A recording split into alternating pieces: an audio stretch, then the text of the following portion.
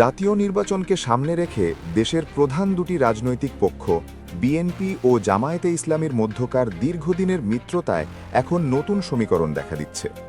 গত কয়েক দশকে এই দুই দল একে অপরের পরিপূরক হিসেবে কাজ করলেও বিশেষ করে ২০২৪-এর ৫ই আগস্ট পরবর্তী পরিবর্তিত রাজনৈতিক প্রেক্ষাপটে ক্ষমতার ভারসাম্য রক্ষায় দুই দলের মধ্যেই এক ধরনের স্নায়ুযুদ্ধ শুরু হয়েছে। সবচেয়ে অবাক করা বিষয় হল বিএনপির হেভিওয়েট নেতা তথা দলটির নীতি নির্ধারক পর্যায়ের নেতাদের বিপরীতে জামায়াতে ইসলামী এমন সব প্রার্থীদের মনোনয়ন দিয়েছে যারা তুলনামূলক তরুণ কিন্তু সাংগঠনিকভাবে অত্যন্ত দক্ষ। তারেক রহমানের বিপরীতে ডাক্তার খালিদুজ্জামান কিংবা মির্জা ফখরুলের বিপরীতে দেলোয়ার হোসেনের মতো নামগুলো এখন রাজনৈতিক আলোচনার কেন্দ্রবিন্দুতে। বিশ্লেষকরা মনে করছেন জামায়াত এবার কৌশলগতভাবে ক্লিন ইমেজ ও সার্ভিস পলিটিক্স তথা সমাজসেবামূলক রাজনীতির উপর ভিত্তি করে তাদের প্রার্থীদের মাঠে নামিয়েছে। বিএনপির শীর্ষ নেতাদের সাথে জামায়াতের যেসব প্রার্থীরা লড়বেন তাদের নিয়ে অনেকেরই খুব বেশি জানাশোনা নেই, তবে নিজ নিজ অবস্থানে এই প্রার্থীরা বিএনপির শীর্ষ নেতাদেরও চ্যালেঞ্জ ছুড়তে পারেন। আসন্ন ত্রয়োদশ জাতীয় সংসদ নির্বাচনে বিএনপির শীর্ষ নেতাদের বিপরীতে লড়া জামায়াতের কিছু প্রার্থীদের রাজনৈতিক প্রোফাইল ও তাদের শক্তিমত্তা সম্পর্কে বিস্তারিত জেনে নেওয়া যাক। ঠাকুরগাঁও ১, মির্জা ফখরুল বনাম দেলোয়ার হোসেন। শুরুতেই ঠাকুরগাঁও ১ আসন। এটা বিএনপি মহাসচিব মির্জা ফখরুল ইসলাম আলমগীরের নির্বাচনী এলাকা। তিনি আসন্ন ত্রয়োদশ জাতীয় সংসদ নির্বাচনেও এ আসন থেকে নির্বাচন করতে যাচ্ছেন, যেখানে তার সাথে লড়াইটা হবে জামায়াতের প্রার্থী দেলোয়ার হোসেনের। দেলোয়ার হোসেন জামায়াতের অন্যতম হেভিওয়েট প্রার্থীদের একজন। রাজনৈতিক জীবনে তিনি ছাত্র শিবিরের বিভিন্ন গুরুত্বপূর্ণ পদে দায়িত্ব পালন করেছেন। তিনি ঠাকুরগাঁও সরকারি কলেজ শাখার সেক্রেটারি, রাজশাহী বিশ্ববিদ্যালয় শাখার সভাপতি এবং ২০১২-২০১৩ সেশনে সংগঠনটির কেন্দ্রীয় সভাপতির দায়িত্ব পালন করেন। এরপর গেন্ডারিয়া থানা জামায়াতের আমির, ঢাকা মহানগর দক্ষিণ জামায়াতের সহকারী সেক্রেটারি ছিলেন। বর্তমানে জামায়াতে ইসলামীর কেন্দ্রীয় মজলিসে শুরার সদস্য হিসেবে দায়িত্ব পালন করছেন তিনি। দলের নেতাকর্মীদের মধ্যে গ্রহণযোগ্যতা, সাংগঠনিক দক্ষতা এবং সাধারণ মানুষের সঙ্গে সুসম্পর্ক ভালো থাকায় দেলোয়ার হোসেনকে ঠাকুরগাঁও ১ আসনে দলের প্রার্থী করেছে জামায়াত। বিশেষ করে তরুণ ভোটারদের মধ্যে তার ব্যাপক প্রভাব রয়েছে। দরিদ্র ও অসহায় মানুষদের সহায়তা করা এবং উন্নয়নমূলক কাজে আগ্রহী হওয়ায় এলাকায় তার ইতিবাচক ভাবমূর্তি রয়েছে বলে দাবি দলটির সমর্থকদের। মির্জা ফখরুলের মতো বর্ষিয়ান নেতার বিপরীতে দেলোয়ার হোসেনের লড়াই কেবল একটি আসন জয়ের যুদ্ধ নয়, বরং এটি জামায়াতের সাংগঠনিক সক্ষমতা প্রমাণের একটি বড় পরীক্ষা। ঠাকুরগাঁওয়ের রাজনীতিতে ফখরুলের যে বিশাল জনভিত্তি রয়েছে তাকে দেলোয়ার হোসেনের তারুণ্য ও সাংগঠনিক শৃঙ্খলা কতটুকু চ্যালেঞ্জ জানাতে পারে তা নিয়ে স্থানীয় ভোটারদের মধ্যে তুমুল কৌতূহল বিরাজ করছে। ঢাকা ১৭, তারেক রহমান বনাম ডাক্তার খালিদুজ্জামান। আসা যাক রাজধানী ঢাকার ভিআইপি আসন ঢাকা ১৭-তে।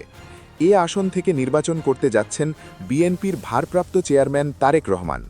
তারেক রহমানকে সারা দেশের মানুষ চিনলেও শুধুমাত্র ঢাকা ১৭ আসনের ভোটারদের কাছে জামায়াতের প্রার্থী ডাক্তার এস.এম. খালিদুজ্জামানের পরিচিতিও এখন বেশ দৃঢ়। কেউ কেউ মনে করছেন আসন্ন নির্বাচনে খালিদুজ্জামান চমক দেখাতে পারেন। ডাক্তার খালিদুজ্জামান মূলত একজন পেশাদার চিকিৎসক ও সংগঠক। ছাত্রজীবন থেকেই তিনি ইসলামী ছাত্র শিবিরের রাজনীতির সাথে সম্পৃক্ত ছিলেন এবং বর্তমানে জামায়াতে ইসলামীর ঢাকা মহানগর উত্তরের মজলিসে শুরার সদস্য ও মেডিকেল থানা শাখার সভাপতির দায়িত্ব পালন করছেন।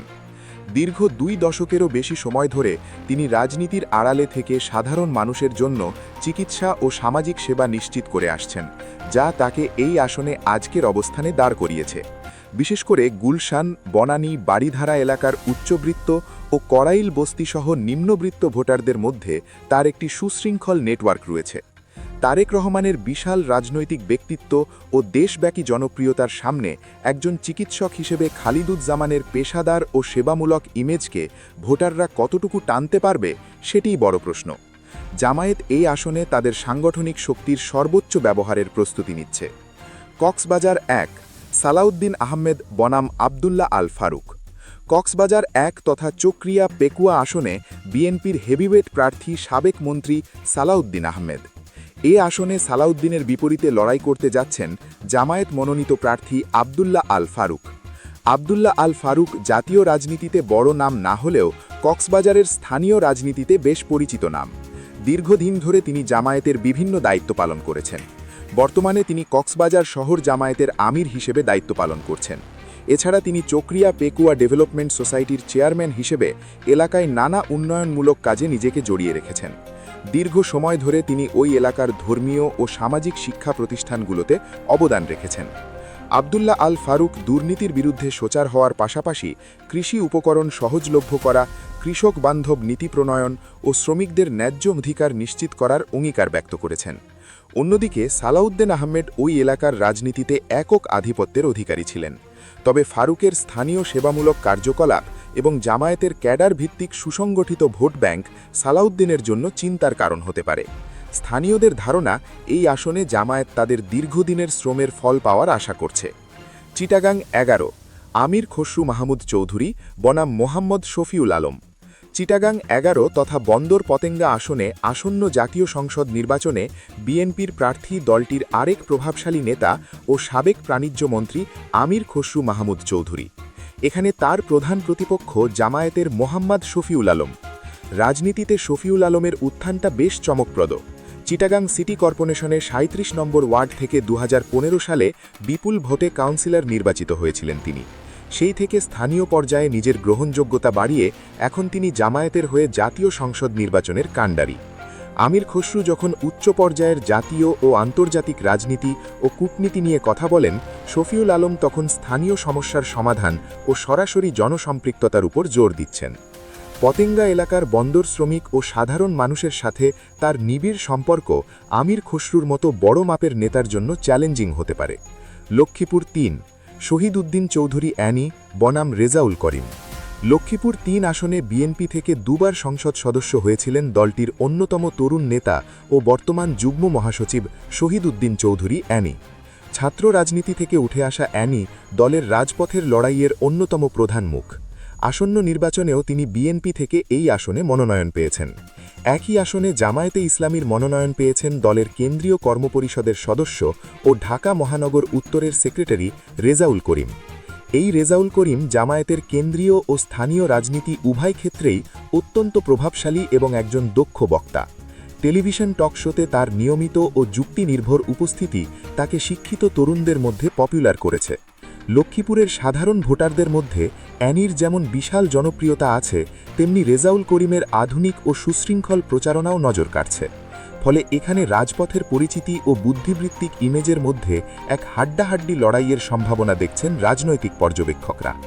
রাজনৈতিক বিশ্লেষকদের মতে জামায়াত এবার একটি দীর্ঘমেয়াদী পরিকল্পনার অংশ হিসেবে এই বড় প্রার্থীদের বিপরীতে নিজেদের প্রার্থী দাঁড় করিয়েছে।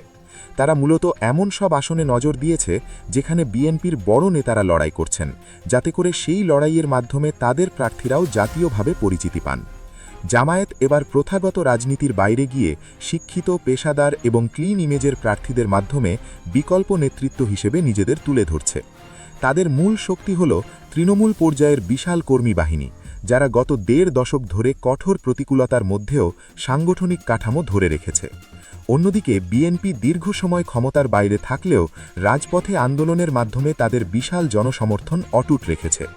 বিএনপির শীর্ষ নেতাদের বিশাল রাজনৈতিক অভিজ্ঞতা ও ত্যাগের কাছে জামায়াতের নতুন প্রজন্মের রাজনীতি কতটুকু টিকবে তা নির্ভর করবে সাধারণ ভোটারদের উপর।